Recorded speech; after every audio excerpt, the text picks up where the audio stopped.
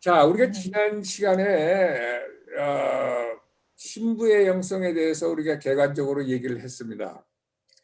어, 제가 아주 단적으로 얘기를 했는데 뭐 바이든이 대통령이 되든 트럼프가 되든 이스라엘이 됐든 간에 인류 역사를 이끌어 가신 하나님은 한 정점을 향해서 달려가고 계시다 하고 아주 단적으로 극적으로 얘기를 하는 이유가 그것이 어느 지점을 향해서 달려가느냐. 계시록 19장 7절 8절에 있는 웨딩, 그분의 아들의 웨딩에 한 목표를 놓고 하나님은 모든 인간 역사를 이끌어 가시는 분이라고 내가 아주 단적으로 얘기를 했습니다. 그래서 우리의 모든 최종 종착지는 예수님과의 웨딩 장소입니다. 그 19장 7절에 보면 신부가 준비가 됐다고 그러고 웨딩 자체가 실제로 벌어지는 그 장면을 위해서 가는데, 그렇기 때문에 그 목적을 이루기 위해서 하나님께서 인간을 만드실 때 종류대로 풀도 만들고 동물도 만들고 종류대로 만들었는데, 우리 인간은 하나님의 형상대로 만들었다. 왜 그러느냐? 하나님과 교제하고 하나님과 함께 다스릴 수 있는 사람으로 만들기 위해서 하나님 종류로 만들었다, 이거 말씀드렸습니다.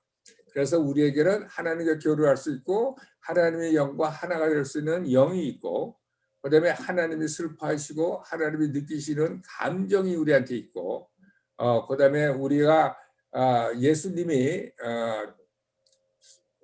이 흙으로 지은 이 몸을 하고 이제 resurrect된 바디, 영광의 바디를 입으실 때 우리도 이 흙으로 지은 이 몸이 썩어져 없어서 새로운 옷을, 고린도전서 15장 51절에 얘기하는 것처럼 새로운 옷을, 썩어지지 않을 옷을 받을 때 우리가 예수님과 같은 영광의 몸으로 우리도 변하는 이유는 바로 아버지의 아들인 영광의 예수님과 영원히 하늘나라를 다스리던 반려자가 되기 때문에, 우리는 창세기에 하나님이 인간을 만들 때부터 그런 목적을 가지고 만들었다.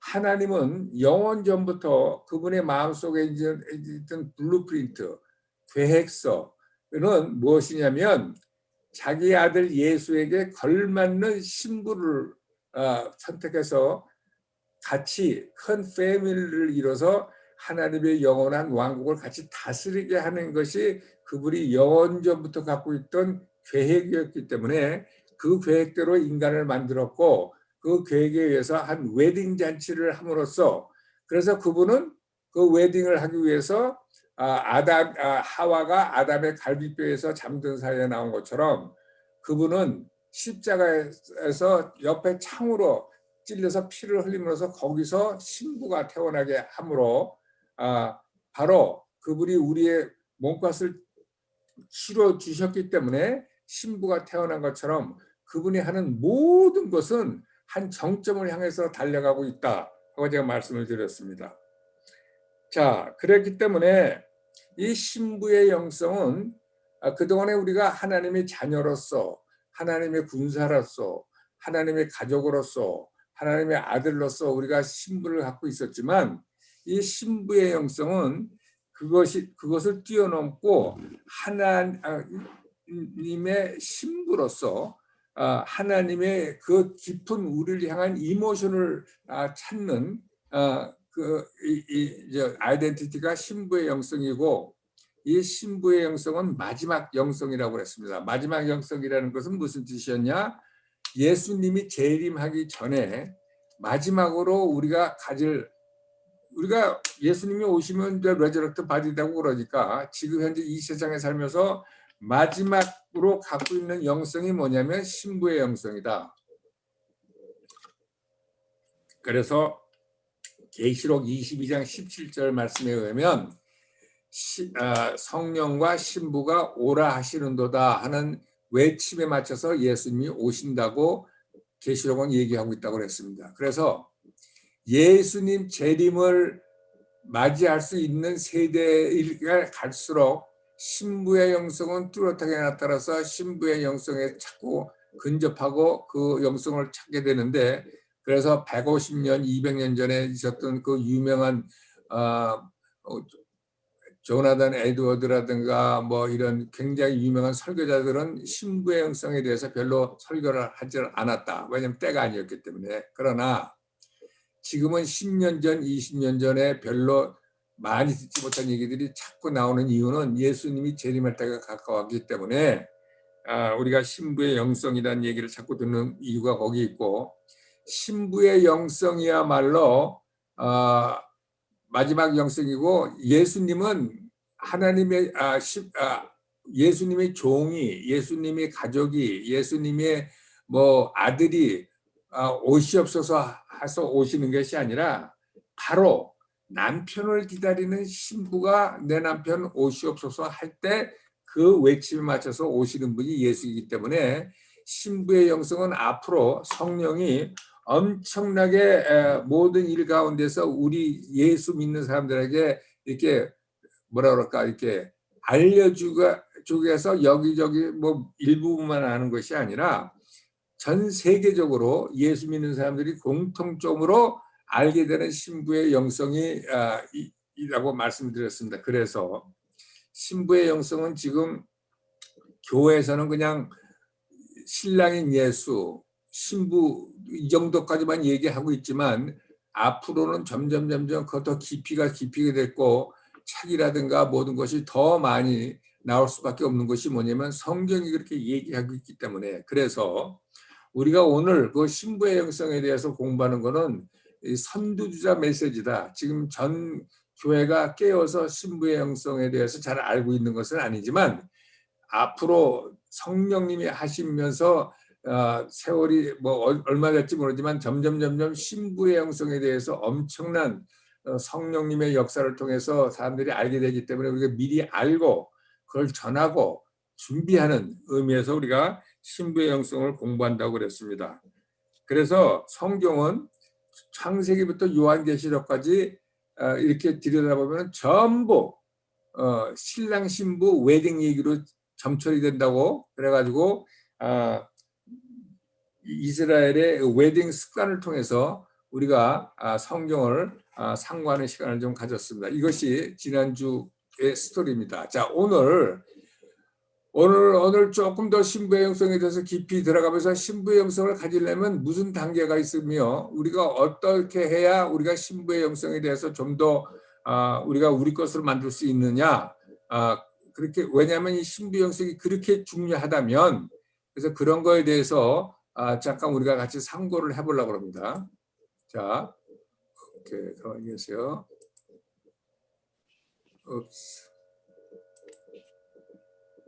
자, share screen.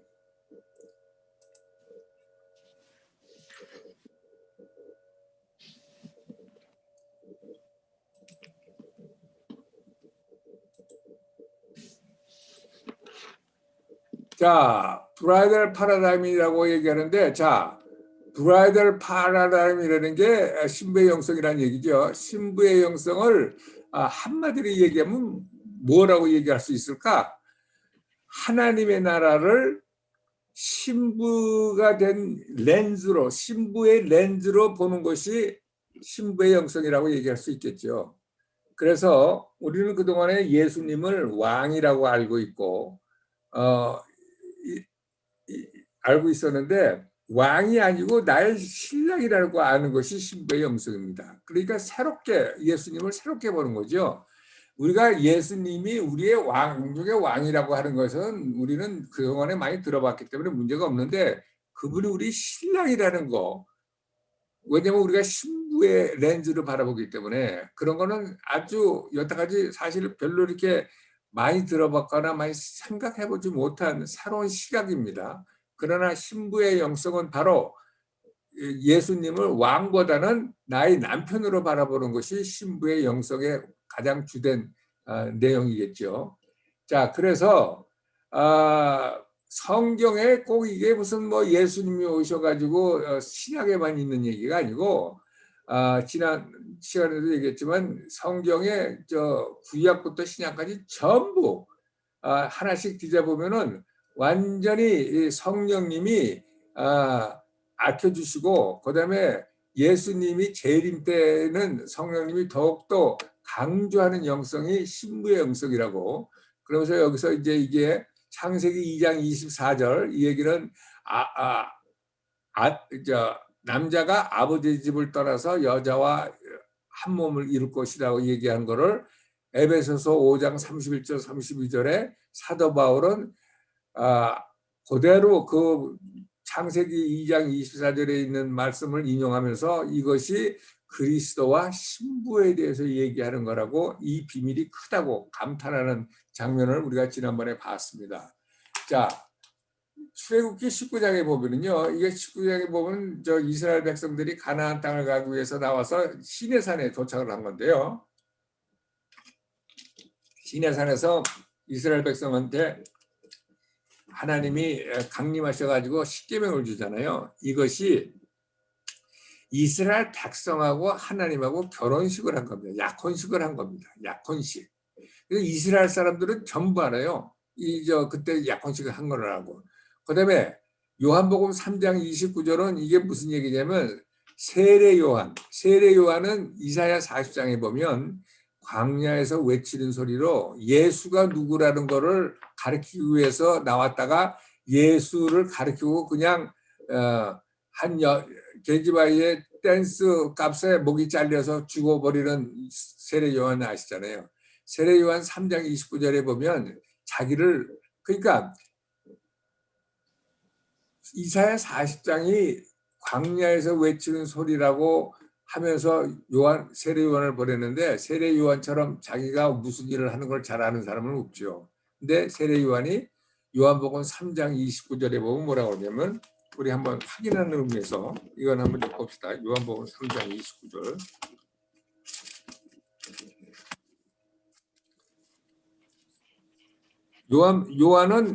세례 요한은 예수가 누구라는 것을 세상 짐을 지고 가는 어린 양이라고 얘기를 가르쳐주기 위해서 온 유일한 사람이 이사야 40장에서 보면, 근데 그 요한이 예수를 뭐라고 소개하느냐, 얼마나 중요하겠어요. 3장 29절 신부를 취하는 자는 신랑이나 서서 신랑의 음성을 듣는 친구가 크게 기뻐하나니 나는 이러한 기쁨이 충만하였노라. 그는 흥하여야 하겠고 나는 쇠하여야 하리라. 세례 요한이 자기는 신랑의 친구라고 얘기하고 있습니다. 신부를 취하는 자는 신랑인데 나는 신랑의 음성을 듣고 기뻐하는 친구야. 나 신랑의 친구라고 얘기하고 있습니다. 고린도 후서 11장 2절에 보면 그렇게 40에 하나를 매를 5번을 받고 풍파를 잊지 말고 동족한테 강도를 당하고 그렇게 누구보다도 그렇게 사역을 하면서 매를 맞고 가진 고생을 했는, 그다음에 신약을 거진 다 쓴 사도 바울, 그 유명한 사도 바울이 자기의 사역을 어떻게 소개하느냐, 고린도 후서 11장 2절에 보면 이렇게 얘기하고 있습니다. 내가 하나님의 열심으로 너희를 위하여 열심 내노니 내가 너희를 정결한 처녀로 한 남편인 그리스도께 드리려고 중매함이로다.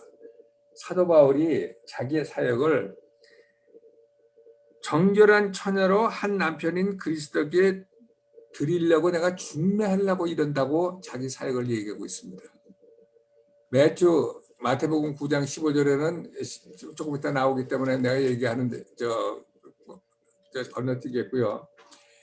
호세아 2장 16절에는 우리가 호세아는 구약에 나오는 첫 번째 선지자로서 신부의 영성에 대해서 얘기한 선지자인데요. 여러분 호세아가 누군지 아시잖아요. 그 고멜, 아주 성숙지 못하는, 정결지 못하는 고멜과 장가라고 하나님이 하시는 바람에 거기서 애까지 나면서, 고멜은 그냥 바깥에 나가서 이렇게 바람 피는 걸 좋아하는 여자인데, 마치 이스라엘 백성들이 하나님 남편을 두고 바깥에 나가서 바람 피는 거를 같이 느끼게 하듯 이렇게 호세아를 통해서 몸으로 느끼게 했는데, 호세아는 2장 17절에 이렇게 얘기하고 있습니다. 여호와께서 이르시되 그날에 네가 나를 내 남편이라 일컫고 다시는 내 바알이라 일컫지 아니하리라. 바알이라는 게 메시더랍니다. 그날 하나님의 날에 네가 나를 내 남편이라 부를 거라고 호세아가 얘기했습니다. 자, 계시록 19장 7절은 아까 얘기한 일생 인류 역사의 한 정점을 향하는 웨딩을 얘기했고 22장 17절은 성령과 신부가 오라 하시는도다. 그러니까 창세기서부터 성경의 맨 끝 계시록 22장까지 성경은 쭉 사도 바울을 통해서 세례요한을 통해서 사도 바울을 통해서 그냥 모세를 통해서 호세아를 통해서 계속 신랑 신부 예고를 하고 있습니다. 그래가지고 성경은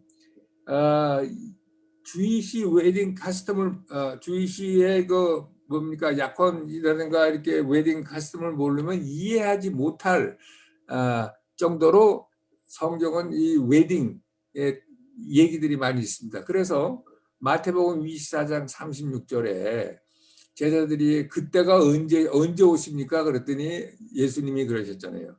그날과 그때는 아들도 모르고 아버지만 안다고 그랬습니다. 그래서 이거를 어떤 주석을 보면 지금도 그래요. 성령, 성부, 성자 한 분인데 어떻게 아들도 모르는데 아버지만 아느냐. 아니 세 분이 한 분인데 어떻게 아버지만 알고 아들은 모르냐. 이건 말이 안 되지 않냐. 그래가지고 이거는 아들이 하여튼 여러 가지 무슨 말도 안 되는 얘기를 들어가가지고 구차하게 설명을 하는데 이거는 주이시 웨딩 카스텀을 알면 이게 무슨 말인지 정확하게 금방 탁 들어오는 얘기입니다. 그러니까 이 얘기를 하는 예수님과 그 얘기를 듣는 제자들은 무슨 얘기인지 다 알아듣고 앉는 거예요.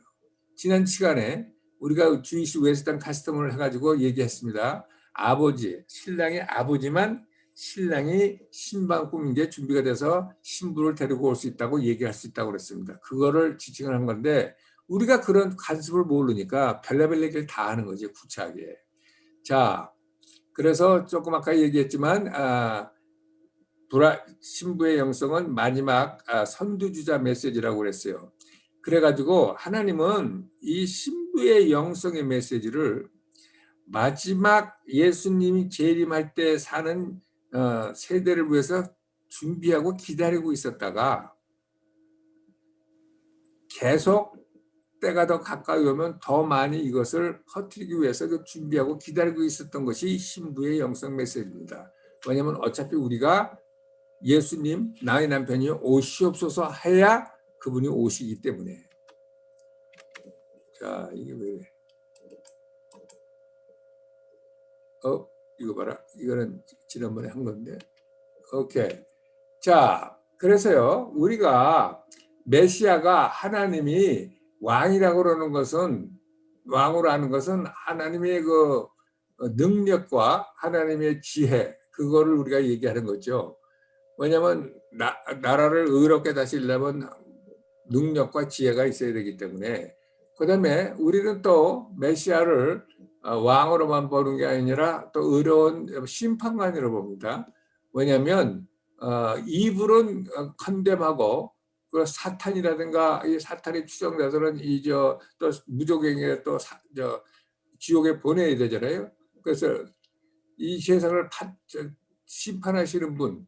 그래서 우리는 하나님은 왕 중의 왕이시며 심판주시라는 거에 대해서는 우리는 no problem 다 알고 있습니다. 그런데 하나님은 왕과 심판주만이 아니라 그는 우리의 신랑이라는 거. 그리고 그분이 다스리는 이 사람들에게 엄청난 이 사랑의 폭포수 같은 마음을 가지고 있다는 얘기. 그다음에 자기가 사랑하는 사람, 자기가 다스리는 사람을 그렇게 love sick, 그러니까 상사병이 날 정도로 사랑하고 있다는 그것을 우리가 공부하는 것이 바로 그분이 우리 신랑됨을 공부하는 거랑 똑같은 겁니다. 그래서 예수님 자체가 아까 얘기했잖아요. 세례 요한이 자기는 신랑의 친구라고 그랬는데 예수님이 그러면 사도 바울은 또 자기가 자기의 사역이 정결한 신부를 한 남자한테 예수님께 중매서려고 그런다고 얘기했는데 예수님 당신은 뭐라고 얘기를 하셨느냐? 예수님은요 마태복음 9장 15절에 보면 잔치집에서 사람들이 모여가지고 밥을 먹을 때 제자들이 밥을 먹고 그랬어요. 그랬더니 사두개인이 이런 사람들이 니들은 금식을 안 하냐? 금식도 안 하냐? 그때 왜냐면 걔들이 일주일에 몇 번씩 금식하고 그렇지 않았어요. 그러니까 예수님이 뭐라고 그래요? 마태복음 9장 15절에 자 예수께서 저희에게 이르시되 혼인집 손님들이 신랑과 함께 있을 동안에 슬퍼할 수 있느뇨? 그러나 신랑을 빼앗길 날이 이르니 그때는 금식할 것이라. 그러니까 혼인집 손님들로 자기 제자들을 지칭을 하고 있습니다. 그다음에 그러니까 신랑을 빼앗길 날이 있으리니, 그러니까 신랑이 이제 없어질 때가 되는데 그때는 금식할 것이라고 얘기해서 자기 죽을 것도 미리 얘기를 하고 있죠. 예수님 당신 자신이 자기는 신랑이라고 얘기를 하고 있습니다. 마태복음 9장 15절에. 그다음에 마태복음 22장 2절에 보면요. 마태복음 22장은 예수님이 십자가를 지기 전에 마지막 퍼블릭 미니스트리 군중들 앞에서 얘기하신 적이 많이 있으시잖아요. 마지막으로 군중들 앞에 나서서 얘기했을 때인데 사람이 자기가 이제 죽으러 가는 것을 알고 마지막으로 있었을 때는 사실은 그 유언 비슷하게 얘기하기 때문에 가장 중요한 얘기를 가장 일생 동안 하고 싶은 얘기를 하는 것이 대부분의 그런 사건이 당연한 일인데 예수님도 다른 얘기를 할 수도 있었지만 그분은 맨 마지막 미니스트리 십자가를 지나가기 전에 마지막 퍼블릭 미니스트리에서 뭐라고 그랬냐면 마태복음 22장 2절에 그렇게 얘기하고 있습니다. 마태복음 22장 2절에 천국은 마치 자기 아들을 위하여 혼인잔치를 베푼 어떤 임금과 같으니 그렇게 얘기하고 있습니다. 그러니까 자기 아들이 누구예요? 자기지. 천국은 마치 혼인잔치를 위해서 아버지가 아들을 위해서 혼인잔치를 뱉은 어떤 임금과 같다고 천국을 그렇게 비유하고 있습니다. 마지막 퍼블릭 미니스트리에 혼인 얘기를 하고 있습니다. 자기 혼인 얘기를 하고 있는데 이것이 자기 입으로 인간의 역사가 어디로 가는 것을 얘기하고 싶은 예수님이 이때까지 참다가 드디어 당신의 입술로 이렇게 공표를 하시는 장면인데요.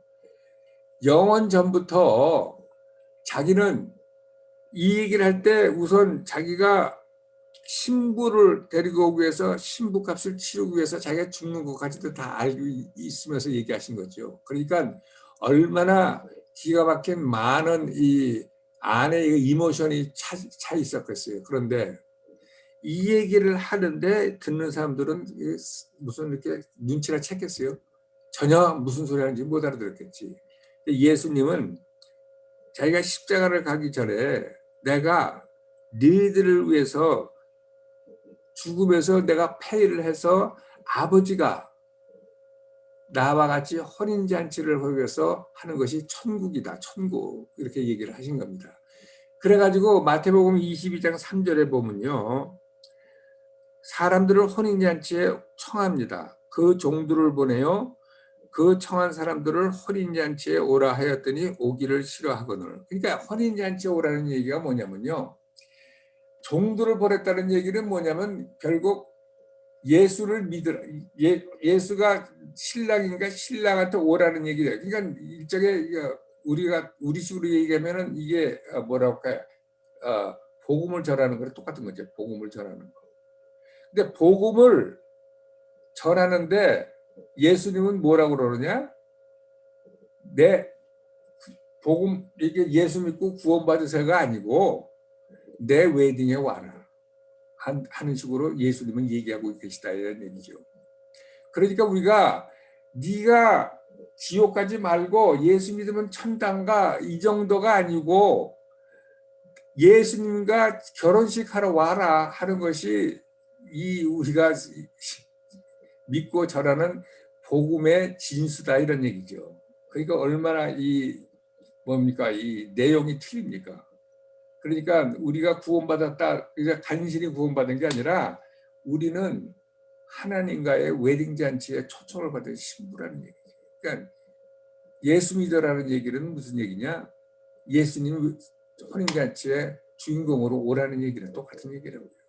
자, 여러분들이 잘 아시는 마태복음 25장 열 처녀 비유, 다섯 처녀, 어리석은 처녀, 그다음에 와이즈한 처녀. 이 처녀들의 특징은 뭐냐면 다섯 다 램프를 갖고 있습니다. 램프는 뭐예요? 어두운 곳을 밝히는 게 램프입니다. 그러니까 이게 미니스트리죠. 미니스트리와 마찬가지예요. 그런데 엑스트라 오일을 갖고 있던 다섯 처녀나 엑스트라 오일을 없었던 다섯 처녀, 풀리시 처녀나 같이 이 사람들이 하는 일이 뭐예요? 신랑을 기다리는 사람들입니다. 신랑을 기다리는 사람들. 그러니까 미니스트리가 뭐냐? 물론 이제 마태복음 25장을 여러 가지로 다른 각도로 다른 거로 설명할 수 있어요. 그러나 우리 신부의 영성 안에서 이거는 풀리시한 처녀나 무슨 처녀나 다 신랑을 기다리고 있는 사람들이라 이런 얘기를 할 때는 공통점이 있습니다. 그리고 우리가 그동안에 얘기했던 계시록 22장 17절 성령과 신부가 오라 하시는도다. 그래가지고 예수님이 신부가 오라 하시는 그 외침에 맞춰서 예수님은 온다 이거죠. 자, 그러니까 여태까지 교회가 나는 하나님의 군사다, 하나님의 일꾼이다, 하나님의 종이다 하던 그런 모든 아이덴티티에서 결국은 어디까지 갔냐면 나는 예수님의 신부다 하는 데까지 가서 마지막 신부의 영성은 마지막 아이덴티티라는 얘기예요. 그러니까 이게 지금 우리가 종이다, 아들이다, 가족이다, 군사다 거기서부터 신부까지 가려면 이게 굉장히 뭐라 그럴까 레디컬한 시프트가 오죠. 그러니까 이게 엄청나게 많은 것이 바뀌지 않고서는 그걸 확 들어올 수가 없죠. 그래서 우리가 이제 앞으로 있는 신부의 영성의 가장 주된 주제는 우리가 하나님 마음속에 있는 이거 우리를 향한 그 burning desire, 우리를 향해 그냥 불타는 그 이모션에 대해서 알지 못하면 우리는 신부의 영성의 근처도 갈 수가 없죠. 근처도 갈 수도 없어요. 그래서 우리가 그동안에 하나님의 능력과 하나님의 지혜에 대해서는 얘기했지만 하나님의 이모션에 대해서는 얘기를 안 했단 말이에요. 그런데 우리가 그동안에 다윗의 영성에 대해서 배웠지만 다윗은 3000년 전에 유일하게도 하나님의 이모션에 대해서 연구한 사람이 다윗이었어요. 그래서 다윗은 한 번도 신부의 영성이라는 얘기를 하지 않았지만 그 사람은 가장 성경에 나오는 최초의 신부의 영성을 가진 사람이었다고요. 그래서 시편 27편 4편 자기 남편을 바라보는 눈과 그래서 다윗은 그 안에 매료됐던 사람이에요. 왜냐하면 하나님의 이모션에 대해서 공부하고 이모션에 대해서 남다른 파고드는 그게 있고 그걸 또 느끼고 그것도 그걸로 하나님을 릴레이트 했기 때문에 다윗이 그래서 물론 하나님이 다윗을 내 마음에 합한 자라고 그랬을 때 여러 가지 뜻이 있지만 난 그래서 하나님의 사정을 너무나 잘 알고 하나님의 이모션을 너무나 잘 알아서 하나님이 너는 내 마음에 합한 자라고 얘기를 하지 않았나 나 이렇게 생각을 합니다. 그러니까 이제 앞으로 하나님이 이게 결국 성령님이 하시는 거죠. 성령님이 얼마나 하나님께서 우리 신부되는 우리를 위해서 어떠한 필링으로 우리를 얼마나 애지중지하고 얼마나 우리를 어펙션을 갖고 있는지 그것이 이제 앞으로도 폭포수같이 나오는 시절이 되기 때문에 온 사방에 퍼져가지고 유니버설리 신부의 아이덴티티를 갖게 돼서 결국은 신부가 신랑에게 어서 옵시오 해가지고 이제 예수가 온다는 거기 때문에 성경이 약속하기 때문에 앞으로 그런 일이 벌어질 겁니다. 자, 그러니까 요엘서 2장 28절 30절에 보면 이거는 마지막 때에 일어나는 거잖아요. 마지막 때 뭐라고 그래요? 늙은이 뭐 이런 식으로 해가지고 지금 꿈을 꾸고 이렇게 됐는데, 그 후에 내가 내 신을 만민에게 부어주리니 너희 자녀들이 장래일을 말할 것이며 너희 늙은이는 꿈을 꾸며 너희 젊은이는 이상을 볼 것이며. 만민에게 부어준다. 만민에게. 그때 내가 또 내 신으로 남정과 여정에게 부어줄 것이며 내가 이적을 하늘과 땅에 베풀리니 곧 피와 불과 연기 기둥이라. 결국은 그날에, 아직 이날은 아니었어요. 앞으로 이날에 그래가지고 성령님이 하시는 일을 신부가 알고 같이 하고 같이 얘기하는 그날이 앞으로 온다. 그러니까 이게 무슨 얘기냐? 많은 사람들은 적그리스도라고 666이 나와서 그냥 핍박을 받고 뭐 대접 심판에 뭐 해가지고 아우 도망간다, 난 일찍 도망가, 그러니까 난 하늘로 올라가서, 그게 아니고 마지막 때일수록 하나님의 엄청난 그 사랑을 느끼고 마지막 때일수록 이렇게 이적과 기적이 일어나기 때문에 철치 히스토리 중에서 초대교회 이상 가는 기적과 이적이 나와서 뭐라 그래요? 철치 역사상 가장 좋은 때가 마지막 때 철치라는 거예요. 많은 사람들은 그 픽처가 무서운 픽처, 도망가는 픽처, 피하고 싶었던 픽처인데 그 반대 픽처, 엄청난 성령의 역사로 인해서 죽는 것도 아무렇지도 않은 사랑하는 사람을 위해서 죽는 거, 우리 인간에게 하나님이 주신 그겁니다.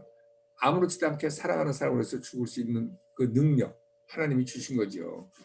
그때가 바로 마지막 때가 돼서 남정과 여정에 부어준다는 거예요. 이게 하나님의 약속입니다. 그러니까 그때를 맛보지 않고 미리 도망가? 미리 나는 올라가? 왜냐하면 666이 나오고 적그리스도 나오기 때문에 이거는 굉장히 뭐라 그럴까, 이게 성경의 깊이라든가 하나님이 우리를 향한 생각과 하나님이 우리를 만든 그 목적과 이런 거하고 전혀 상상당하고 자기 나름대로 뭐라 그럴까, 이게 도망가는 그 안에서 나오는 생각뿐이에요. 이건 인간적인 생각이라고, 하나님하고 전혀 관계없는 생각이에요.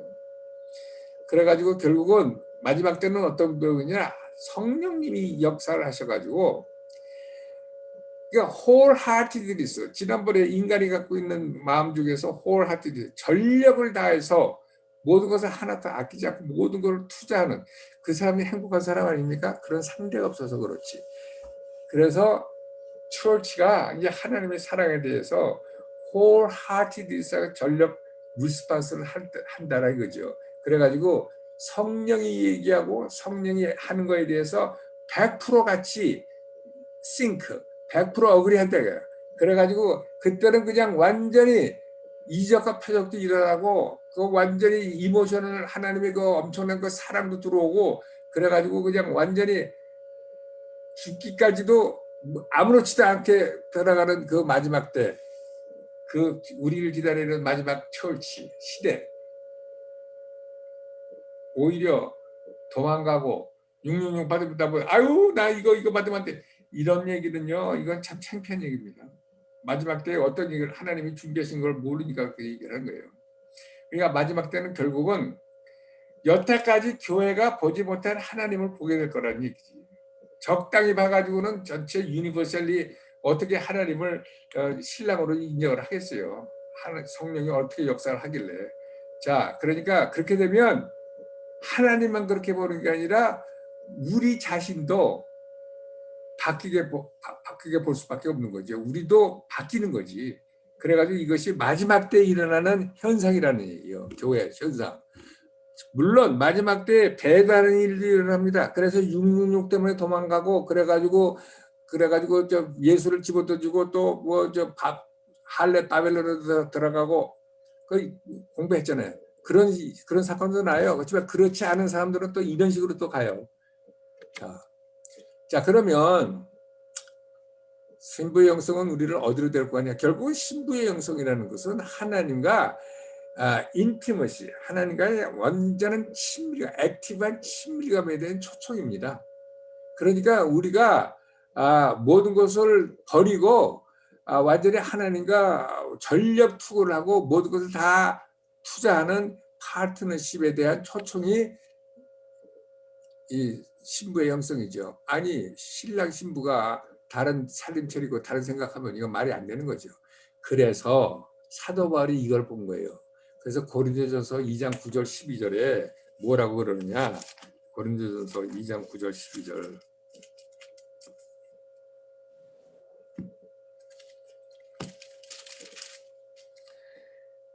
기록된 바 하나님이 자기를 사랑하는 자들을 위하여 예비하신 모든 것은 눈으로 보지 못하고 귀로도 듣지 못하고 사람의 마음으로도 생각지 못하였다. 함과 같으니라. 오직 하나님이 성령으로 이것을 우리에게 보이셨으니 성령은 모든 것 곧 하나님이 깊은 것이라도 통달하시느니라. 사람의 사정을 사람의 속에 있는 영 외에는 누가 알리요? 이와 같이 하나님의 사정도 하나님의 영 외에는 아무도 알지 못하니라. 우리가 세상의 영을 받지 아니하고 오직 하나님께로 온 영을 받았으니 이는 우리로 하여금 하나님께서 우리에게 은혜로 주신 것들을 알게 하려 하심이라. 우리가 하나님의 영을 받은 건 하나님이 자기를 사랑하는 사람에게 무엇을 은혜로 주는 것을 알게 하기 위해서 했다는 거예요. 세상 사람들은 눈치도 못 채는 거예요. 그러니까 우리를 신부의 영성이 끌어가는 데는 뭐냐면 눈으로 보지도 못하고 귀로도 듣지 못하고 생각지도 못하는 그 어마어마한 영광의 자리를 우리가 끌고 간다는 얘기예요.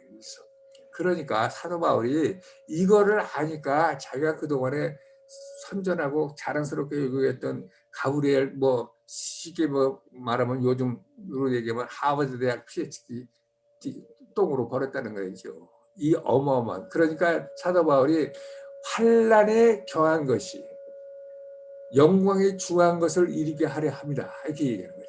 이거를 본 거예요. 이거를. 그러니까 이거를 본 사람이 어떻게 적당히 살겠어요. 모든 거 다 버리고 미치게 사는 거지. 자, 그러니까 성령이 하나님이 깊은 것을 타치해서 우리에게 알려준다는 거예요. 그러니까 인간 역사상에 이런 적은 없었어요. 인간 역사상에 이런 적은 없었는데 마지막 때에 성령이 하나님의 깊은 이 블루프린트 갖고 있는 깊은 하나님의 마음을 펴서 우리한테 전달함으로써 브라이덜 파라다임에 완전히 매료돼서 그분의 죽기까지 완전히 홀하티드로 들어가서 나의 남편이 오시옵소서 하고 소리칠 때 예수님이 오는 그 시절을 우리는 앞에 두고 있단 말이에요. 그러니 이게 좋은 시절에 우리가 살고 있는 거죠. 그런 익사이트를 하고 있으니까. 자, 그래서 고린도전서 2장에서 얘기하는 것은 성령은 우리한테 하나님이 깊은 것에 들어와서 하나님과 같이 하나님의 깊은 마음에 의해서 친밀감을 가지고 그분의 깊은 마음에 있는 것을 경험하라고 우리한테 초청하고 있습니다.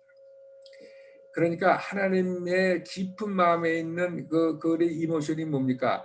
하나님이 우리를 어떻게 생각하고 어떻게 필하고 있느냐. 그래서 우리는 하나님이 우리를 어떻게 보고 있느냐 이런 걸 속속들이 그분의 이모션을 알으라는 얘기죠. 한 번도 이런 거는 우리 별로 생각을 안 해본 거죠. 그죠? 하나님은 왕이시고 심판자시고 능력이 있으시고 지혜가 있으시고 그러니까 좀 디테치가 됐는데 그분이 우리 신랑이 되려면 그분의 마음을 알아야지. 신랑 신부가 옆에 있는 남편의 마음을 모르면 이거 되겠어요? 그래가지고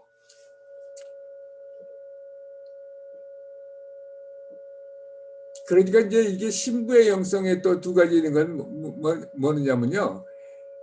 하나님을 신랑으로만 보는 것이 아니라 내 자신을 굉장히 하나님이 체리시드 브라이드로 하나님이 기품하면서 보는구나 하는 것을 느끼는 게 신부의 영성이에요. 그러니까 내 아이덴티티가 바뀌는 거죠. 나는 하나님의 종이다 정도가 아니라, 지난번에 우리 얘기했지만 아가서 이게 4장 9절에 ravished heart인데, 하나님이 나를 얼마나 사랑하고 나를 어떻게 하느냐, 이거를 우리가 우리 자신을 보게 하는 것이 신부의 영성입니다. 나의 누이 나의 신부야, 네가 내 마음을 빼앗았구나. 내 눈으로 한 번 보는 것과 내 목의 구슬 한 개미로 내 마음을 빼앗았구나. 이게 영어는요, 동사가 굉장히 발달되어 있어요. 근데 이게 한국말로는 빼앗았구나 그러는데, 영어로는 ravished my heart이에요. ravished. 그냥 완전히 빼앗긴 정도가 아니라 그냥 violent하게 그냥 확 내 심장을 끄내 가져갔다고 얘기해요. 아주 나 가만히 있는데 그냥 갔어요. 네가 한번 보는 것으로, 헐짓 한번 보는 것으로, 이게 뭔지 아세요? You have less one look of your eye. 네가 나를 한번 홀끗 보는 거로 내 가슴이 그냥 저려오도록 뺏어갔다고 하나님이 얘기하는 거예요. 그러니까 나를 얼마나 사랑하면 이런 식으로 얘기를 하시려고 하는, 이런 이모션을 우리가 느낄 수 있어야 내가 그분이 나를 사랑하는 신부로라는 걸 점점 알아지는 거죠. 그래서 신부의 영성이라는 것은 하나님과 친밀한 관계에 들어가가지고 하나님이 우리를 어떻게 생각하는 것에 대해서 우리의 마음이 불타오르고 거기에 완전히 매료돼가지고 우리도 똑같이 하나님에 대해서 그런 사랑을 불태우는, 이것이 신부의 영성의 서로 액티브 인터체인지입니다. 이게 하나님이 마음을 택해서 그 마음이 우리한테 들어와서 우리가 다시 그 마음을 돌려드리는 거. 그래가지고 이제 많은 사람들이 그래요. 특히 남자분들이 신부의 영성은 보면 내가 하얀 드레스 입고 여자라는 얘기야. 내가 결혼식 할 때 신부의 영성은 그게 아니고요. 무슨 남자 여자 그런 게 아니라 이거는 포지션이 문제다. 포지션을 프리빌리지. 그러니까 하나님의 마음의 깊은 곳에 들어갈 수 있는 그 프리빌리지가 있는 그 자리가 브라이덜 파라다임이지, 내가 뭐 남자인데 내가 무슨 뭐 흰 가운 입고 이런 거하고 절대 없어요. 전혀 필요 없어요. 다윗은 이스라엘의 가장 용맹스러운 장수, 남자 중에 남자였지만 하나님의 이모션을 공부하는 신부의 영성에 가장 최초의 매료된 사람이었어요. 자, 그런데 이렇게 주고받는 이 모든 것을 하나님은 다른 피조물에는 준 적이 없어요. 예를 들어서 천사, 우리가 천사를 이렇게 하는데 천사는 근처도 못 옵니다. 천사는 하나님을 아버지라 부를 수도 없고 천사는 예수님을 신랑이라 부를 수도 없어요. 하나님만, 우리만 하나님의 깊은 그걸 아는 거예요. 왜냐하면 하나님이 창조할 때부터 하나님의 형상들을 창조했기 때문에. 자, 그래서 우리가 하나님의 신부라는 것은 정말 이게 내추럴 마인드라서는 이렇게 담기가 어려운 어마어마한 사실은 이 컨셉입니다. 자, 이거 이래. 자, 그런데 우리가 한 가지 조심할 것이 있는데, 우리가 신부의 영성 중에서 많은 사람들은 이제 예수님이 예를 들어서 내가 신부라고 얘기하는데요. 그리고 예수님이 신랑이라고 얘기하는데, 이게 누가 뭘 쓰시나 보다. 무슨 소리가 나네. 신부의 영성이 제대로 자리를 잡기 위해서 우리가 굉장히 조심할 게 하나 있는데 무슨 얘기냐면요. 우리가 신부가 하나님이 사랑하는 신부라고 그 아이덴티티를 갖기 전에 우리가 먼저 아이덴티티를 갖게 되는 게 뭐냐면 예수님이 우리의 신랑이라는 것을 먼저 알아야 돼요. 지금 그게 누구예요 지금? 누구죠? 어디서 소리 나는지 몰라? 수라고 하는 분이 소리 나는데요. 하고 기다려보세요. 한번씩만.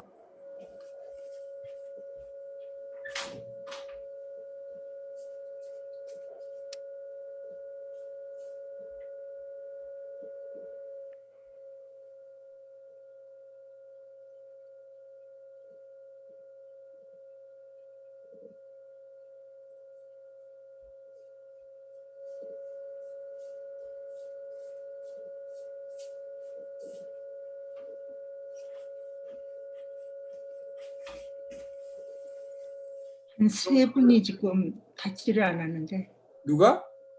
세 분이요. 3명이나 되는데요. 누군지 몰라도.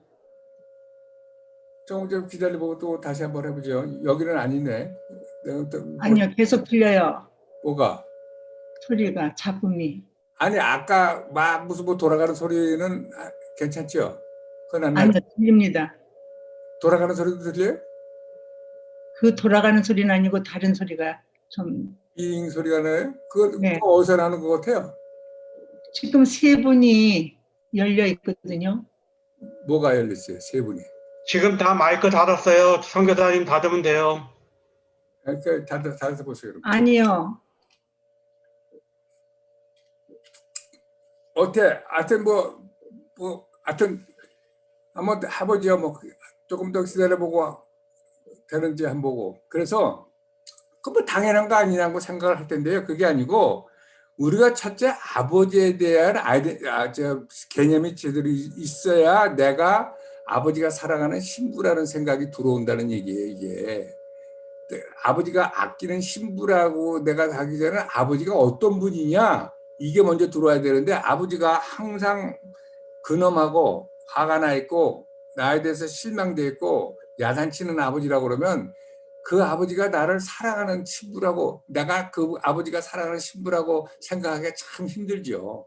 그러니까 아버지에 대한 개념이 제대로 들어와야 내가 그분이 사랑하는 신부라는 것이 들어온다는 얘기예요. 그러니까 이게 신부의 영성이 제대로 자리를 잡히려면 하나님에 대한 생각이 제대로 들어와야 된다는 얘기예요. 첫째, 그게.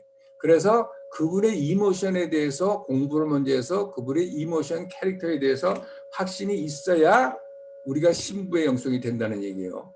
자, 그러니까 우리의 아이덴티티는 아버지가 어떤 분이라는 거를 알고 나서 두 번째가 들어와야 신부의 영성이 제대로 자리를 잡습니다. 왜냐하면 아버지가 우리를 향해서 그분 마음속에서 어떤 식으로 우리를 생각하고 우리를 필링하느냐에 따라서 우리가 그분이 사랑하는 체리시드 아끼는 신부라는 생각이 저절로 들기 때문에 그게 굉장히 중요한 거예요. 그래가지고 아버지의 마음을 우리가 틀리게 여태까지 생각하는 것보다 야, 너 또 그러니? 너는 또 그랬니? 너는 왜 언제나 제대로 하니? 왜냐면 세상은 다 그렇잖아요. 또 그랬구나. 그리고 내가 또 내 자신이 그러잖아요. 아유, 나 이건 별 볼일도 없고 내가 또 그랬어요. 아유, 나 같은 게 뭘 이게 내가 내 자신 또 어큐즈를 하고 사탄이 또 나를 어큐즈 하잖아요.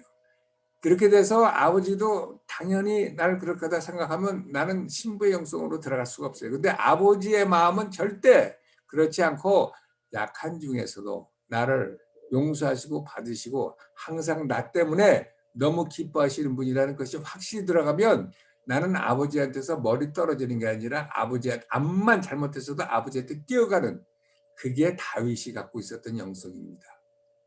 다윗은 아무리 지가 잘못해도 하나님께 도망가지 않고 하나님한테 뛰어갔습니다. 왜냐하면 자기가 그것을 리셋하고 다시 한번 아버지가 언제든지 받아주고 환영하는 아버지인 걸 알기 때문에. 그래서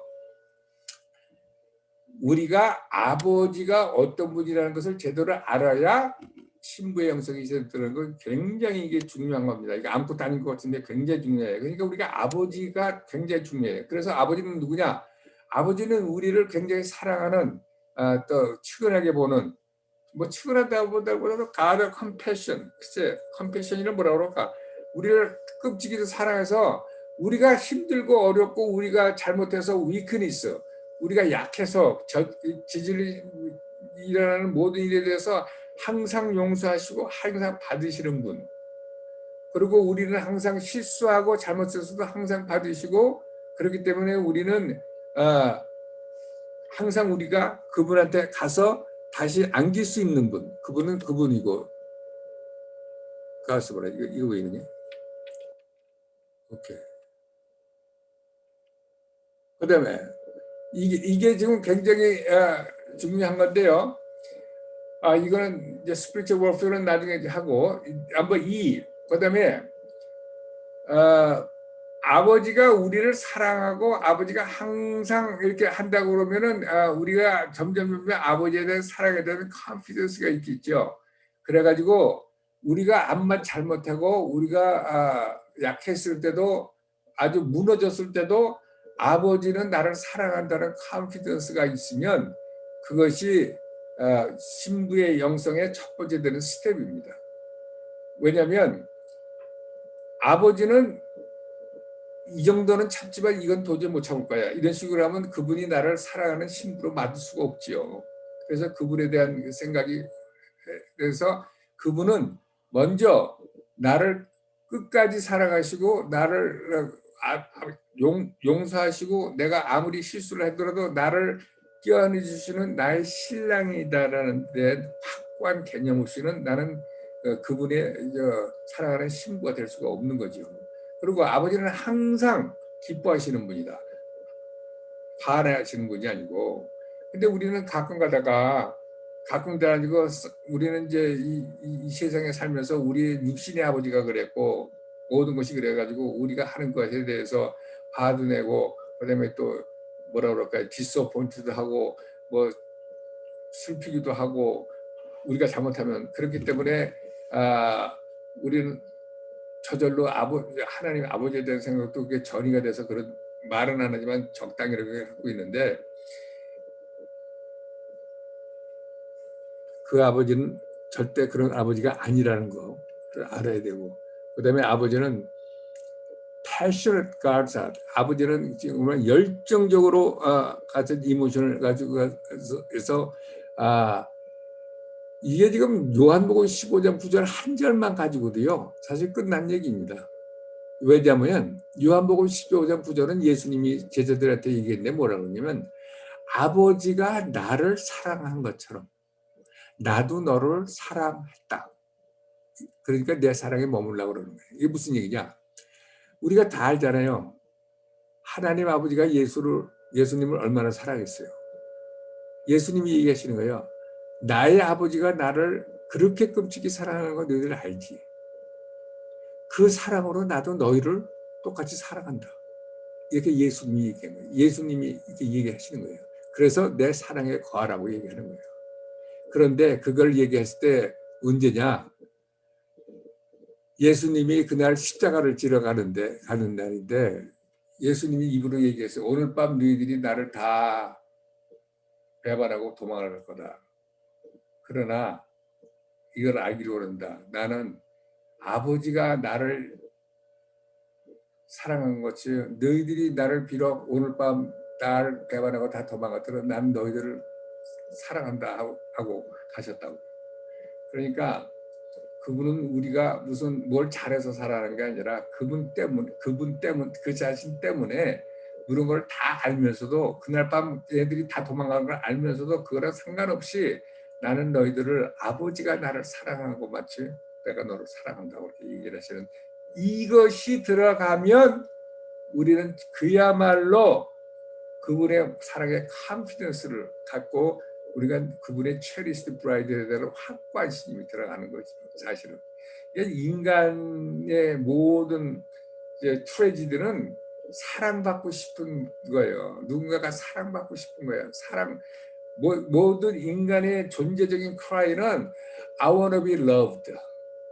I wanna be loved인데 이미 하나님께서 그 십자가상에서 보여주는데 이게 다 걸림돌이 돼가지고 조금 이따 공부를 하겠지만 우리가 갖고 있는 경관진 때문에 우리한테 들어오질 않기 때문에 우리에게 안 되기 때문에 이게 안 되는 거죠. 이게 그러니까 우리가 하나님은 영원히 우리의 치어리더가 되시고 그분은 그다음에 하나님은 항상 열정적으로 모든 것을 그분의 열정적으로 뭐라 그럴까 그분의 사랑하고 또 틀린 것이 인실수의 끝일이신데 모든 것을 그러니까 이제 아버지와 우리 관계 속에 어떤 다른 것이 들어와서 우리를 힘들게 하면 아버지는 열정적인 그걸로 해서 들어와서 그것을 막으시는 분. 자, God's faithfulness and peace. 이거는 하나님은 항상 예전과 어제와 오제와 동일하기 때문에 우리는 항상 그분을 믿을 수 있고 우리의 영원한 신랑이 되신다는 얘기죠. 자, 그래서 하나님이 텐더하지 않으면 우리의 브로큰이라든가 우리의 페일리에 텐더하지 않으시면 그분은 glad, 기뻐하시는 하나님이 될 수가 없지요. 만약에 하나님이 기뻐하지 않으면 그분은 우리를 향해서 사랑을 갖고 계실 수가 없죠. 그래서 만약에 그분이 우리를 향해서 사랑이 없다면 우리는 그분이 우리를 대신해서 싸움할 거라고 생각할 수가 없지요. 그리고 우리의 치어리더가 됐다고 생각할 수가 없죠. 그러니까 계속 이거는 전진적으로 나가는 겁니다. 한 단어가 세퍼레이트 되는 게 아니라. 그래서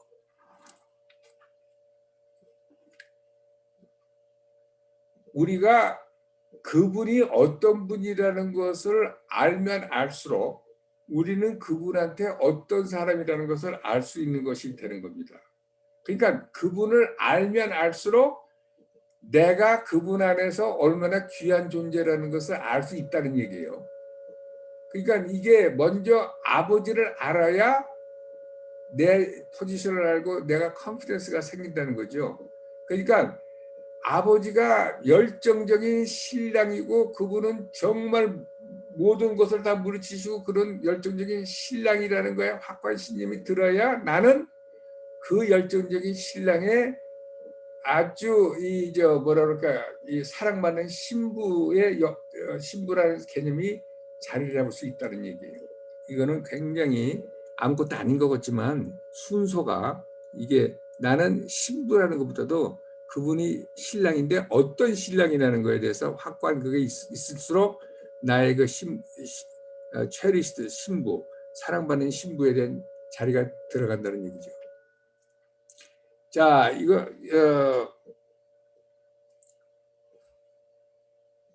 신약에서 예수님이 얘기한 신부의 양성만 있는 게 아니라 구약에도 이렇게 있어요. 근데 구약에 보면은 대표적인 여인이 4명이 나옵니다. 이브, 레베카, 루스, 에스더. 이브는 아담의 와이프로 아주 suitable companion의 대명사로 이제 돕는 배풀로 이브가 나오고 레베카는 이삭의 와이프죠. 이삭의 와이프가 누구더라고 삼촌 집에서부터 나귀 타고 한참 와가지고 하여튼 조금 이따 나오겠지만 엄청나게 온 마음으로 섬기는 순정의 여인의 그림으로 나옵니다. 루스는 이방인 신부로서 아무런 희망도 없는 데서 이렇게 완전히 높은 지위에 올라가고 완전히 딜리버리 되어 있던 이방인 신부의 역할로 루스가 나오고 에스더는 적을 임금과 함께 다스리는 오토리티로 적을 무찔러서 이스라엘 사람들을 완전히 구하는 그 장면으로 대표적인 여인 넷이 나오는데 이브, 레베카, 루스, 에스더가 있습니다. 자, 아까 얘기했지만 이스라엘 백성들은 출애굽기 19장에 마흔 하나에서 십계명을 받을 때 그것이 완전히 모세가 하나님한테 얘기할 때 뭐라고 그러냐면 19장 1절 2절부터 네가 하나님이 뭐라고 하냐면 네가 나의 언약을 지키면 너희는 나에게 스페셜 트레저가 될 거라고 얘기를 함으로써 서로 결혼을 한 건데요. 또 구약에서 신랑 신부에 대한 신부의 형성에서 얘기한 선지자가 누구냐면 예레미야입니다. 예레미야 2장 3절, 그다음에 예레미야 3장 14절, 예레미야 31장 32절에 이렇게 읽어보면 예레미야가 하스밴드에 대해서 신랑 신부에 대해서 논을 하고요. 그다음에 호세아가 대표적인 인물입니다. 하나님을 신랑으로 생각하는 사람이 호세아예요. 아까 잠깐 얘기했지만 고멜과 하면서 하나님이 대신 남편인 자기를 배반하고 나가가지고 우상 숭배를 하는 이스라엘 사람들에 대한 그 아픔을 호세아와 고멜의 결혼 관계에 비유해서 그게 얘기를 했는데 그날에 너희들이 호세아 2장 6절 7절이죠. 뭐라 그래요?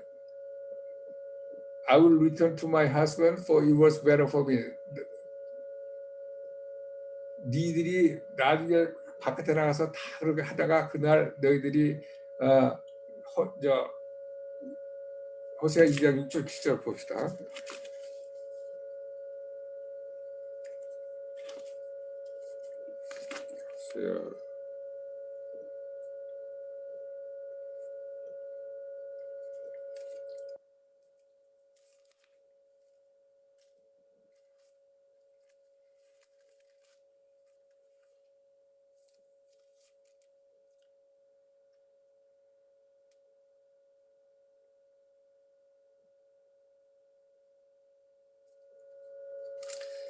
칠절에 저가 그 연애하는 자를 따라갈지라도 미치지 못하며 저희를 찾을지라도 만나지 못할 것이라.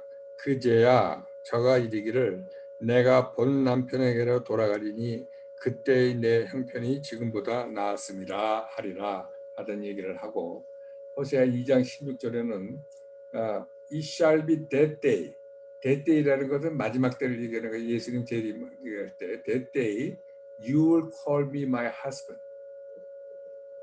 결국은 이스라엘이 메시아를 남편으로 맞이한다는, 이스라엘이 맞이한다는 얘기를 디클레이한 거죠, 호세아가.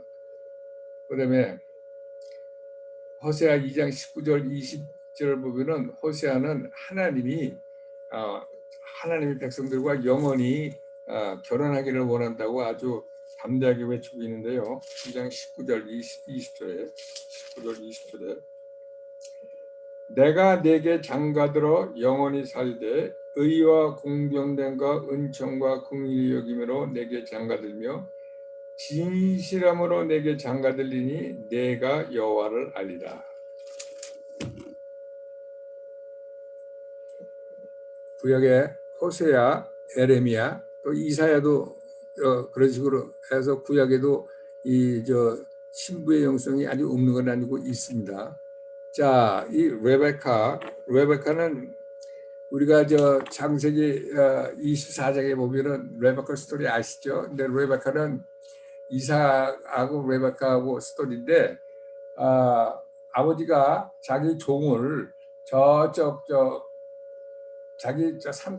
자기가 살던 땅으로 보내잖아요. 그 자기 아들의 와이프를 구해오라고. 근데 아브라함은 자기 아들에게 걸맞는 와이프를 구해주기 위해서는 아버지의 열심으로 나오고, 그다음에 아브라함의 종이 아브라함의 명을 두고 먼 길을 낙타를 타고 선물을 가지고 갑니다. 그거는 그때 아브라함의 종은 아브라함의 집에서 모든 가사를 돌보고 모든 아브라함의 모든 것을 책임지고 맡은 사람이에요. 그래가지고 그거를 아브라함의 종은 이게 성령 사역의 일종의 타입이라고 우리가 볼 수 있죠. 이삭은 예수의 타입이에요. 왜냐하면 히브리서 11장 17절 19절에 그게 아브라함이 번제물로 이삭을 죽은 자에서 다시 살아난 것을 찾았다고 얘기하는 것으로 해가지고 타입 오브 크라이스트가 이삭이고, 그래서 여러분들 이 스토리를 알잖아요.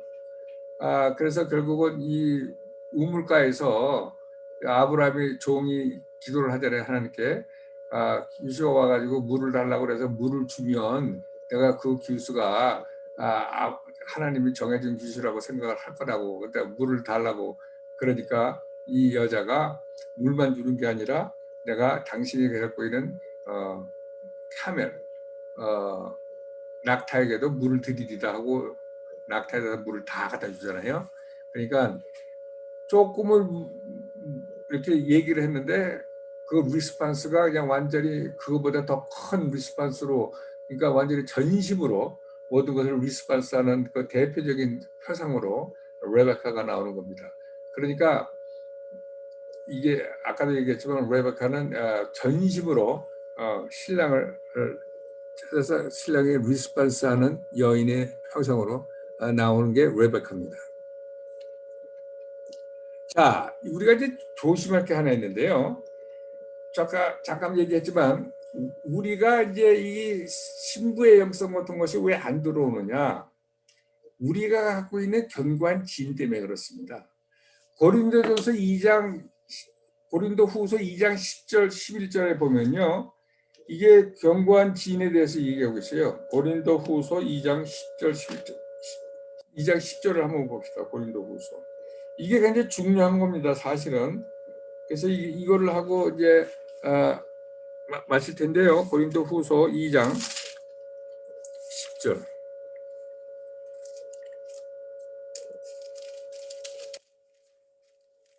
왜 신부의 영성이라든가 이런 것 같은 것이 안 많게 들어도 안 들어오느냐? 이게 스피리추얼 워페어 때문에 그래요. 자, 고린도후서 2장 10절.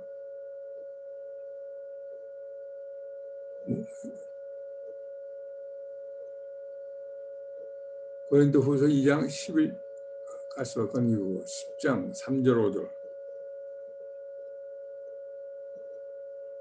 뭐야 이게? 가만 있어봐.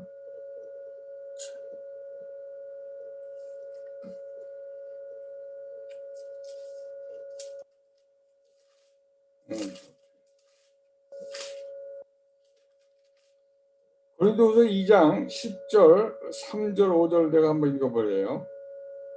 우리가 육체에 있어 행하나 육체대로 싸우지 아니하노니 우리의 싸우는 병기는 육체에 속한 것이 아니요 오직 하나님 앞에서 견고한 진을 파하는 강력이라. 모든 이론을 피하며 하나님 아는 것을 대적하여 높아진 것을 다 파하고 모든 생각을 사로잡아 그리스도에게 복종케 하나니 하는 게 써 있어요. 자, 이게 무슨 얘기냐면 견고한 진이라고 써 있어요. 견고한 진. 견고한 진을 영어로 뭐냐면 stronghold라고 그래요. stronghold. stronghold라는 건 뭐냐면 여러분들이 이렇게 성을 보면 성 위에 이렇게 시멘트를 이렇게 돌을 차곡차곡 쌓아서 이렇게 높은 담을 세워놨잖아요. 왜냐면 바깥에서 이렇게 화살 같은 거 던지고 그러면 들어오지 못하게 하느라고 담을 높이 쌓았단 말이에요. 바깥에서 적군을 막기 위해서. 그게 견고한 진이고 그게 스트롱 홀드예요. 자, 이거는 무슨 얘기냐? 우리 마음 안에 바깥에서 들어오는 것을 막는 이렇게 견고한 진이 있다는 거예요.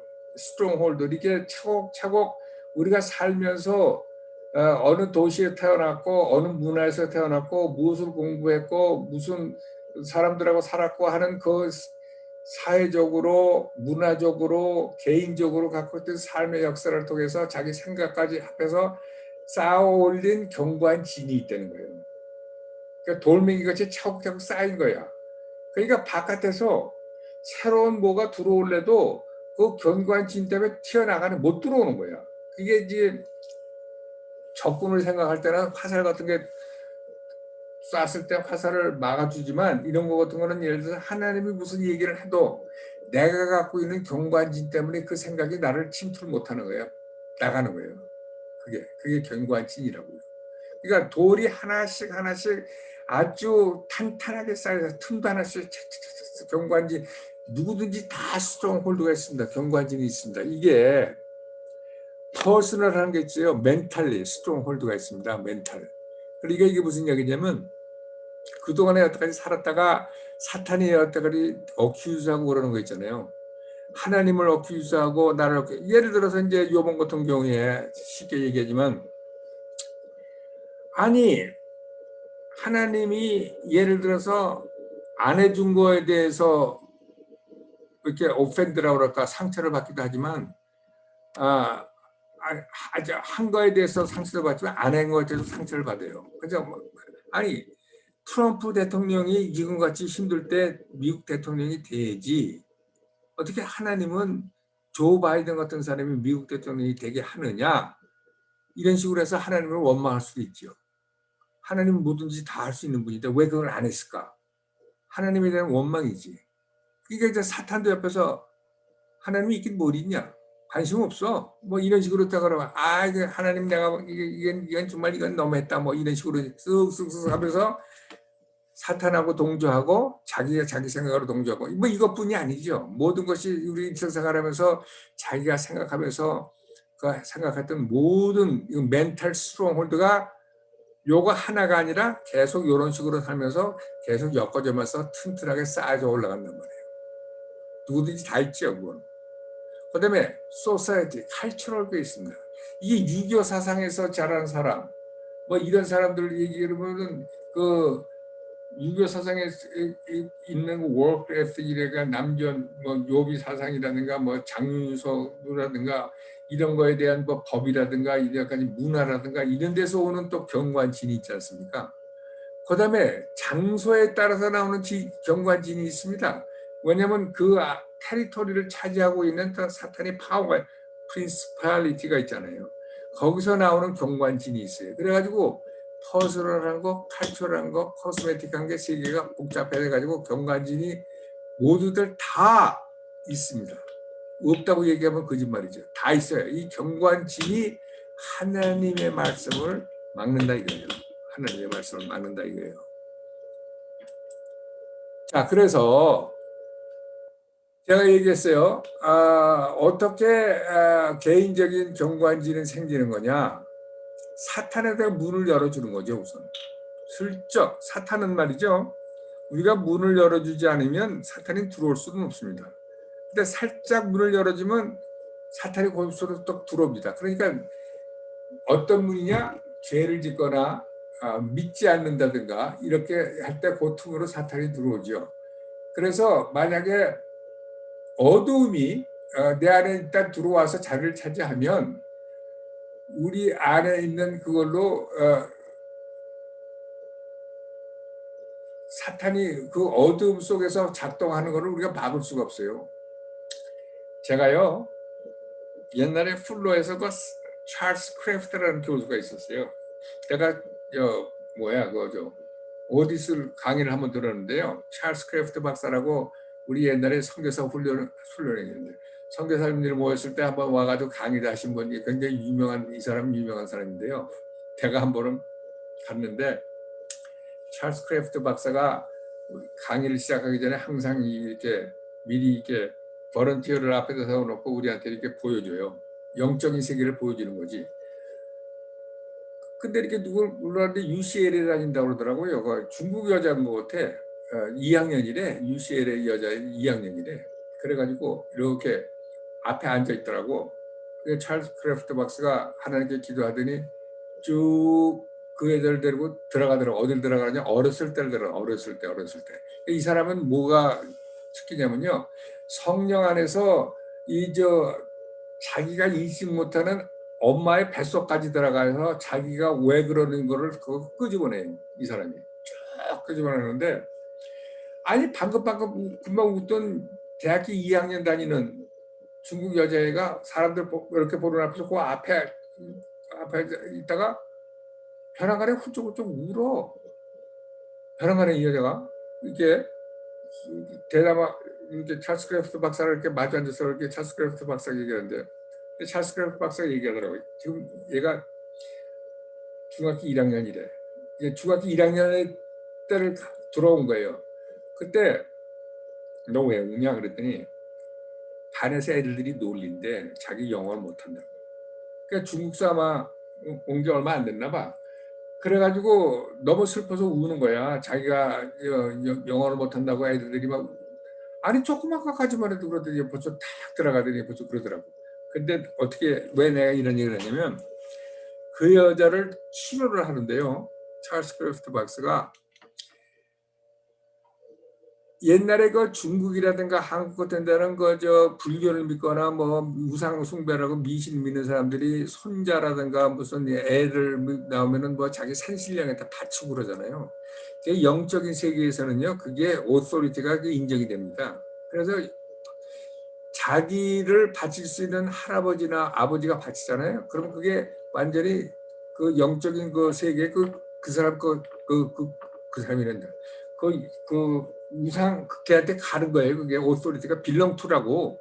영적인 세계가 그렇게 막된 게 아니라 헤게모니가 딱 있고 오토리티가 있어서 다 인정을 해요. 그래서 이거를 renounce를 해야 돼. renounce라는 게 뭐냐면 무효다. 예수의 이름으로 이건 무효다. 이런 식으로 하나씩 하나씩 이 여자애가 태어나서 이 여자애가 관계없이 아버지나 할아버지가 템플이나 뭐에다가 바친 거 있으면 예수의 이름으로 renounce하니 더 이상 물러갈지어다.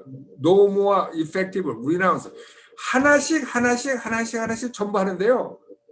적당히 하는 게 아니라 하나씩 조목조목 하더라고. 그러니까 이게 만약에 이게 뭐냐면 견고한 진을 쌓은 거를 벽돌을 하나씩 내려놓는 것처럼 하더라고. 그러니까 그 여자가 또 나중에 또 또 깨서 또 방금 또 웃고 나오더라고. 이야, 이 영적인 세계요 아주 어마어마합니다. 그러니까 사탄이 문을 딱 열어주면 그 안에 들어가서 얘가 권리가 생겨가지고 문 열어줬잖아. 그러니까 이거 내 테리토리라고 한다니까요. 그러니까 예수님이 뭐라고 그래요? 요한복음 14장 30절에 그래서 예수님은 절대로 다크니스라든가 이렇게 여기에다가 틈을 안 준 분입니다. 그래서 요한복음 14장 30절에 예수님이 뭐라고 그러냐 이렇게 얘기했어요.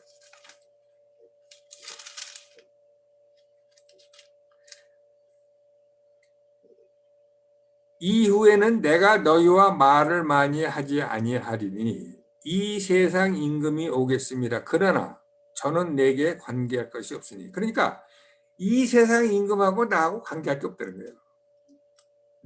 걔가 나를 침입할 수 있는 액세스 포인트를 열어주질 않으니까 he has nothing to do with me. 이런 식으로 해야 되는데 우리는 죄를 짓거나 이렇게 unbelief하거나 그래가지고 이렇게 다크니스를 쌓으면 그쪽으로 쑥 사탄이 들어와가지고 자기 털을 잡으면 되니까요.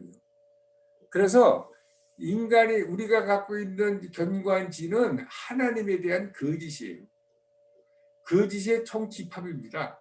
하나님은 이런 분이야. 하나님은 나를 매드해, 나한테 실망해. 하나님은 나한테 새드해. 뭐 이런 거 같은 거 자기 자신이 어큐즈하고 그다음에 사탄이 어큐즈하는 거 있죠. 다 거짓말이에요. 이게 견고한 진이 되는 거예요. 이게. 그러니까 그 견고한 진 때문에 우리가 하나님을 우리가 어큐즈하고 우리 자신을 어큐즈하고 다른 사람을 어큐즈하죠. 그래서 하나님의 인격이라든가 하나님의 능력과 하나님의 지혜에 대해서 잘못 알고 잘못 생각을 하고 앉았으면 그게 우리 견고한 진이 되는 거예요. 자, 그러니까 여태까지 그렇게 살았던 사람한테 하나님은 귀하신 분이고 하나님은 너를 사랑하시고 하나님은 너를 애중재중 한다고 이렇게 들어가지가 않지요. 20년, 30년, 50년, 60년, 70년을 그러고 살았는데 그 단단하게 한 견고한 진인데 그 한 두세 마리 들었다고 그거를 그게 무너지겠어요? 그 견고한 진이 안 무너지지. 그러니까 사도 바울이 뭐라고 그래요? 그 견고한 진을 무너질 때는 casting down argument. 그러니까 하나님에 대한 거짓을 하나씩 조목조목 그래가지고 디스트로이를 하라는 얘기예요. 그러니까 견고한 진을 벽돌을 하나씩 내려놓으라는 얘기예요. 그래야 견고한 진이 없어지는 겁니다. 그러니까 하나님의 말씀으로 해야죠. 하나님의 말씀이 진리니까. 그러니까 it is written. 하나님이 말씀하시되 그런 식으로 해가지고 스톤 하나하나 내가 알지 못하고 있던 견고한 진을 하나님의 말씀으로 망치로 하나씩 해서 그걸 내려뜨리지 않으면 이 하나님의 말씀이 우리한테 이게 폭포수같이 떨어져도 이게 다 바깥으로 나갈 수밖에 없는 것이 우리가 여태까지 살았던 것을 다 뒤집어 쓰고 앉았으니까 이렇게 되는 거예요. 그래서 우리가 이 견고한 진을 쳐보시고 견고한 진을 이루는 스피리추얼 워페어 없이는 사실은 이 너무 멋있는 얘기고 너무 좋은 얘기예요. 신부의 영성은. 그런데 이게 이렇게 들어갈 수가 없죠. 그래서 뭐라고 그래요? 하나님을 어큐즈하는 모든 그거를 하나씩 내려놓고 그리고 우리가 하나님을 잘못 생각하는 모든 것을 하나님 말씀 안에 포로로 만들어 가지고 우리의 마음을 하나님의 말씀과 진리로 채우고 그다음에 우리가 항상 하나님의 말씀대로 생각하고 하는 것이 스트롱홀드를 없애는 방법 중에서 가장 좋은 거죠. 그래서 로마서 12장 2절에 있는 것처럼 무슨 얘기냐면 우리의 마음을 새롭게 하는 거죠. 우리의 마음이 그동안에 흙탕물로 건건지도로 막 썼는데 하나님의 말씀으로 정리해가지고 우리의 마음이 renewed, 로마서는 뭐라고 로마서 12장제를 renew를 뭐라고 했나 봅시다. 로마서 12장 2절.